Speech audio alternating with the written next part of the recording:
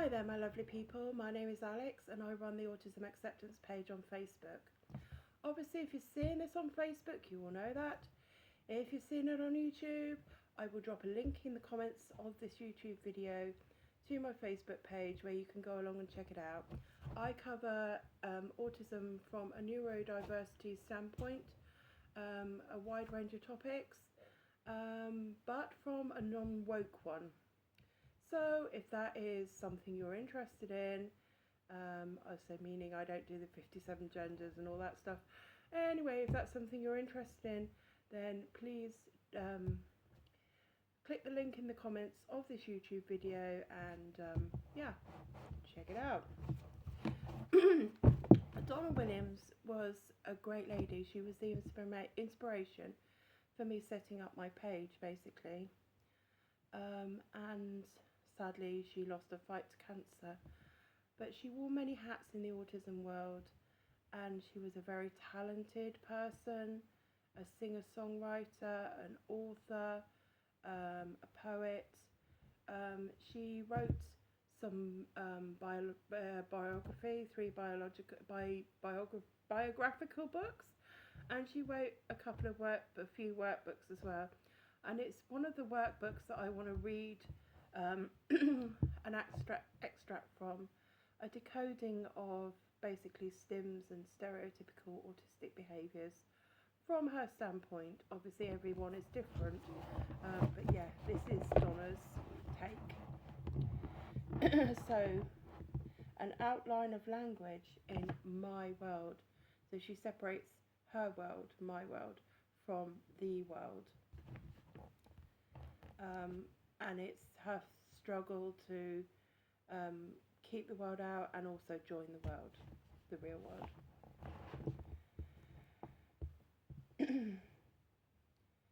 So, I'm not suggesting that the meaning behind some of the repeated gestures I made is the same as that of others using the same stereotype gesture. However, though I spoke with the words of the world, my gestures were and remain the most important language in my world.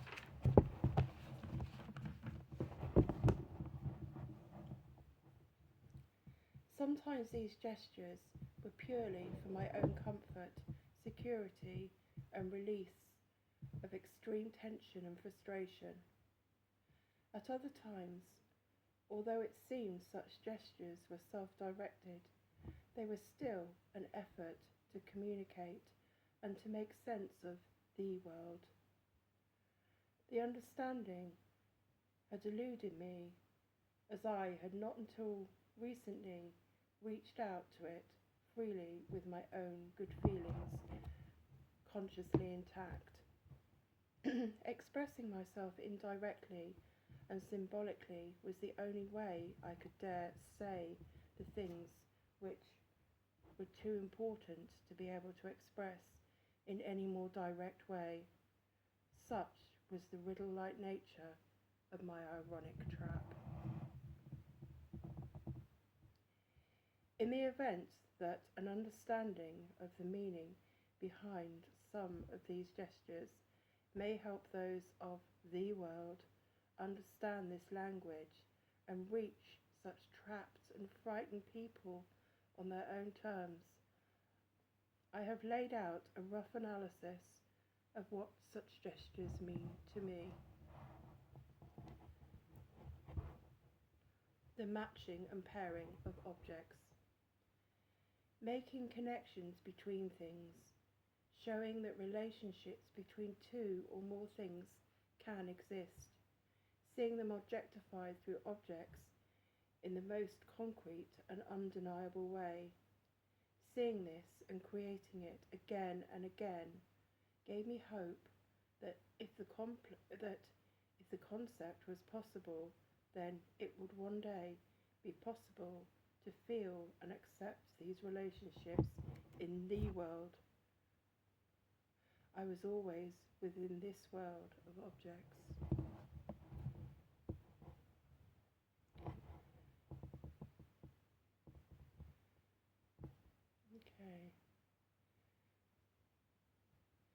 ordering of objects and symbols,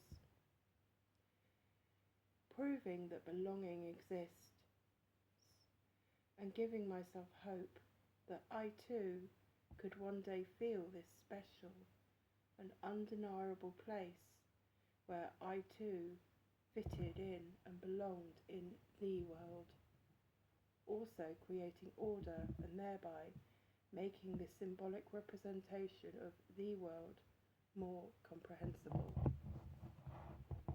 Patterns, continuity, the reassurance that things will stay the same long enough to grasp an undeniable, guaranteed place within the complex situations around me.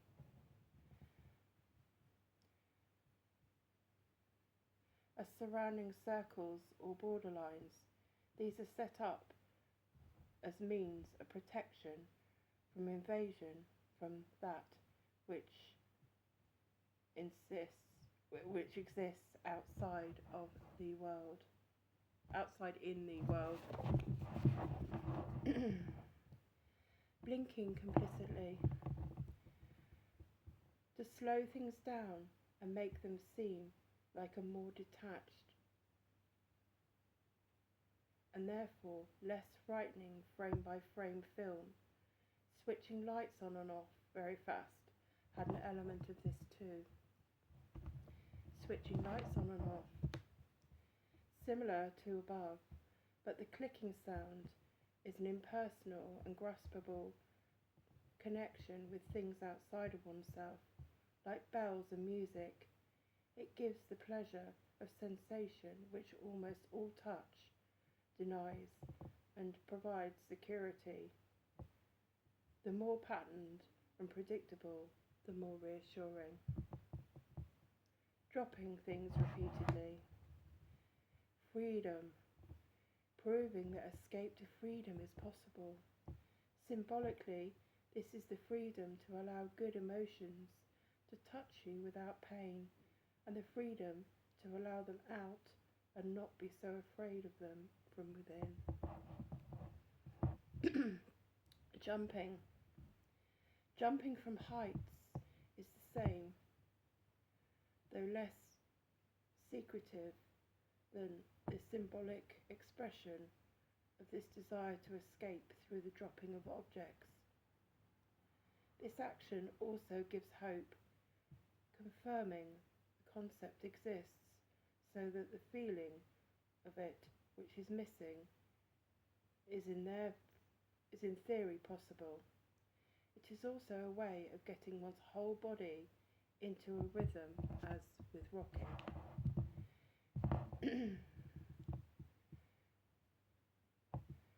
Rhythm from rocking from one foot to another. I always saw a foreboding darkness between myself and the world.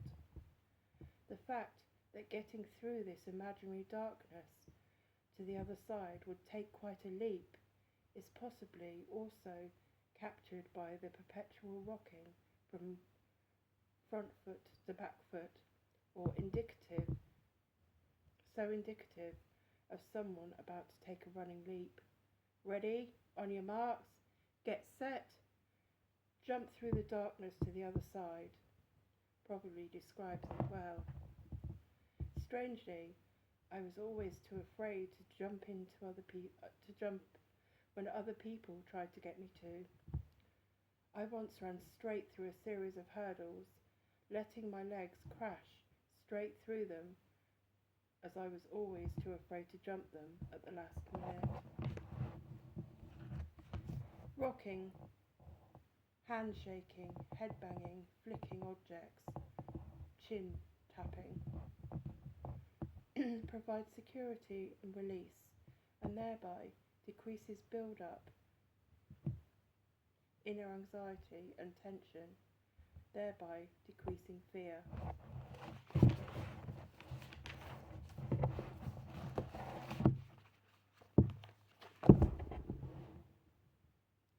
The more extreme the movement, the greater the feeling I was trying to combat.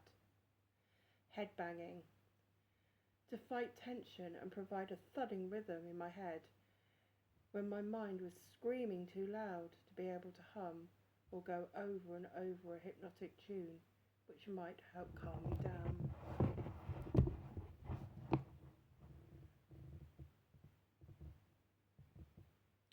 Staring past things, seemingly at something else. An attempt to take in what's happening beside me through being able to escape my fear by experiencing a visual image indirectly. Looking at things directly often robbed them of all their impact and meaning. This was how I managed to learn so much in my final year at primary school, although the teacher had no idea that this was my only way of taking things in any depth. Similarly with playing music, I lost the ability when looking at my fingers and thinking about what they were doing. If I looked away and switched to automatic pilot, the music flowed and I could create. All things must be indirect. I had constantly to trick my mind so that it would relax enough to take things in. Laughing, often a release of fear, tension and anxiety. My true feelings were too well protected really to show any experience of pleasure in anything so direct and able to be experienced and understood by others as laughing. Carol laughed. Carol was someone she knew in the past that she used as an alter ego to basically protect herself from herself. Carol laughed all the time. Carol was the embodiment of my fear of feeling presented as a reasonably socially acceptable, constantly laughing character. Clapping. Clapping has always been a better indication of pleasure with me. However, clapping also indicated finality, functioning as the signal of the end between one event or activity and another. It can also be an attempt to try to snap myself out of an inescapable dreamlike state. Staring into space, through things, also the spinning of things or oneself, or running in circles. A means of losing awareness of self as a means of relaxing or coping with boredom caused by an inability to express oneself or feel for the things I did. In a more extreme sense, it is a form of mental suicide, when one gives up hope of being able to be reached or be affected. Tearing paper, symbolically disintegrating the threat of closeness, a symbolic act of separation from others in order to reduce fear.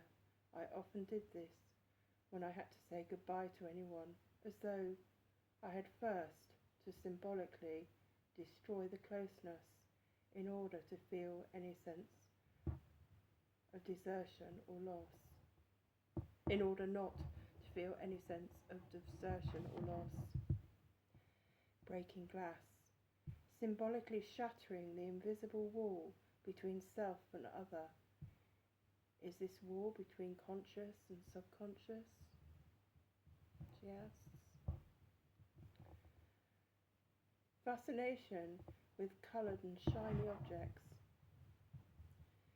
Grasping the concept of beauty in simplicity. Also a tool for self-hypnosis. Needed to help calm down and relax. Often closeness to particular people lives within these objects, whether or not they were actually given by the people. A particular colour blue always stood for my Auntie Linda. A bright golden yellow button stood for another friend. A piece of cut glass stood for the real Carol I met in the park. Tartan stands for my grandmother, and so on. I have merely assigned them those connections because they captured the feel of these people. Hurting oneself and also knowingly doing alarming things to cause shock reaction in others. To test as to whether one is actually real, as no other person is experienced directly, because all feelings get held at some sort of mental checkpoint before being given to self by self. It is easy to wonder whether one, in fact, exists.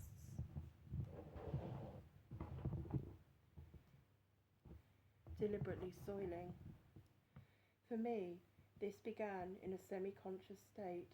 It was, I believe, a subconscious drive towards conscious self-awareness and freedom to be. It was an act of self-assertedly breaking free of excessive self-control, though defying the behaviour of which conformity and self-control are so demanded and disgust from others is so easily inspired. It is at the same time an expression of frustration at having to conform without actually getting any emotional reward from the conformity. It is an act of self-discrimination, proving that one can let go of self-control.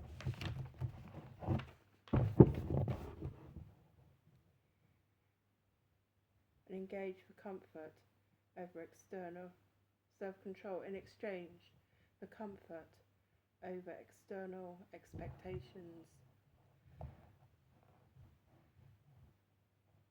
The self-assurance of freedom to be that one gets from this act gives one the courage to keep trying to reach out. I went through this once when I again found the courage to try to come out of my withdrawal, and as annoying as it may be to parents, I must say that it was an important phase I had to go through in order to progress. It is also a way of making one's surroundings symbolically part of one's world, which is the beginning of accepting a world outside the confines of one's own body. From a body to a room, from a room to a house, from a house to a street, from a street to a world. A safe physical contact. That which does not threaten to hold or consume. Hairbrushing or tickling, for example, are examples of this.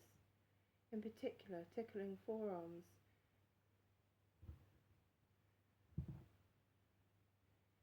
is unthreatening, as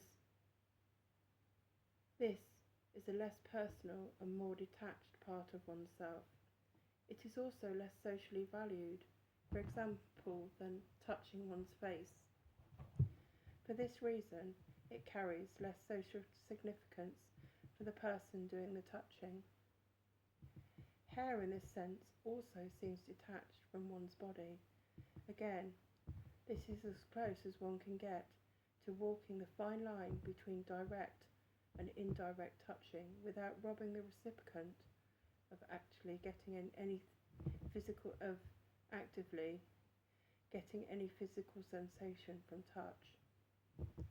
Otherwise, all touch is experienced either as pain or tolerated, as though one is made of wood. Quite simply, it is as though the spirit leaves the body there to be affected by what others may think is the kind act of touching. A few hints. The best way I could have been given things would have been for them to be placed near me and with no expectation of thank you or any waiting for a response. To expect a thank you or a response was to alienate me from the item which was responsible for owning the response. The best way I could have been able to listen to someone was for them to speak to themselves about me out loud or about someone like me, which would have inspired me to show that I could relate to what was being said. In doing so, indirect contact, such as looking out of a window whilst talking, would have been best. This, however, would only work once one has achieved the ability for some cooperation. In this case, this seemingly indifference would actually demonstrate awareness and sensitivity of the child's problems of coping with directness. Furthermore, the child will be able to develop more of a self, knowing it has reached out to the other person for the meaning in what was being said, rather than being in the role of a passive objective being imposed upon at a pace it cannot keep up with, when combined with direct and often emotive interaction. After this achieves the results of constantly gaining the child's attention, methods of explaining things through visual representation could be slowly introduced. Call this speaking through objects or use of visual symbols. It is a way of communicating with personal distance without this having to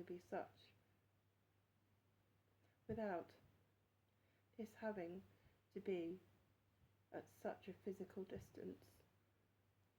This visual representation is particularly important to explaining social relationships, directness, and abstract concepts. For children who are not yet achieved the ability to cooperate by these strategies, I must, against my own feelings, suggest a strongly persistent, sensitive, though impersonal approach to teach the child that the world will not give up on it and that it will relentlessly make demands on the child. Otherwise, the world will remain closed out. Teaching the value of what the world has to offer will probably have no meaning or significance, but the concept of a war that won't go away can force interaction. When people don't touch me, I never experience this as neglect. I experience it as respect and understanding. When I came to them and sat in front of them with a hairbrush or put my forearm across their lap to be tickled, I appreciated a freely and casually given response, which asked nothing of what I was getting out of the action. To make me aware that I had a want for something would have robbed me of it, and my ability to feel and have the courage to reach out again would be diminished. When I spoke, it was important that I knew I was being listened to and that the listener understood the seriousness of what I was trying to say or get around to saying, and the amount of courage it took. At the same time, the listener should not make me too aware of my own efforts. I was only able to do so by letting my conscious mind believe that nothing of any significance was happening.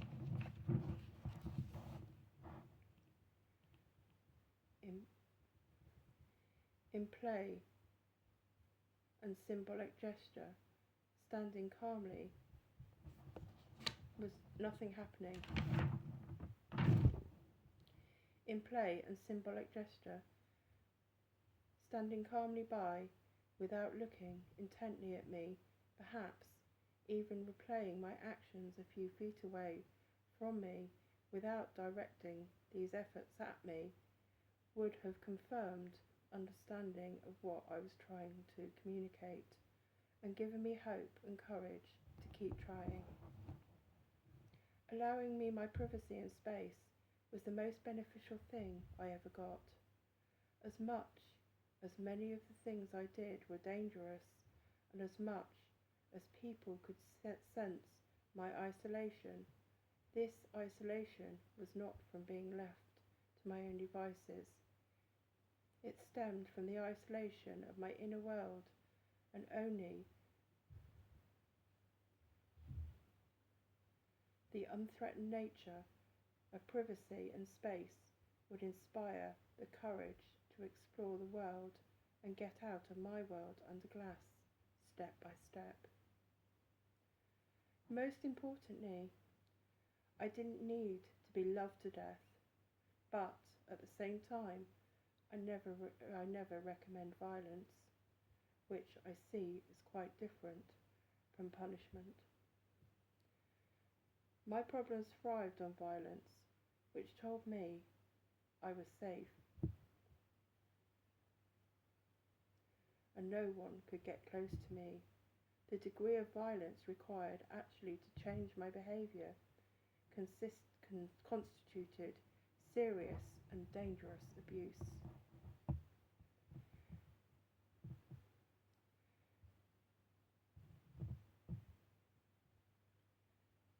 This causes damage to the abuser, who is the very person the child needs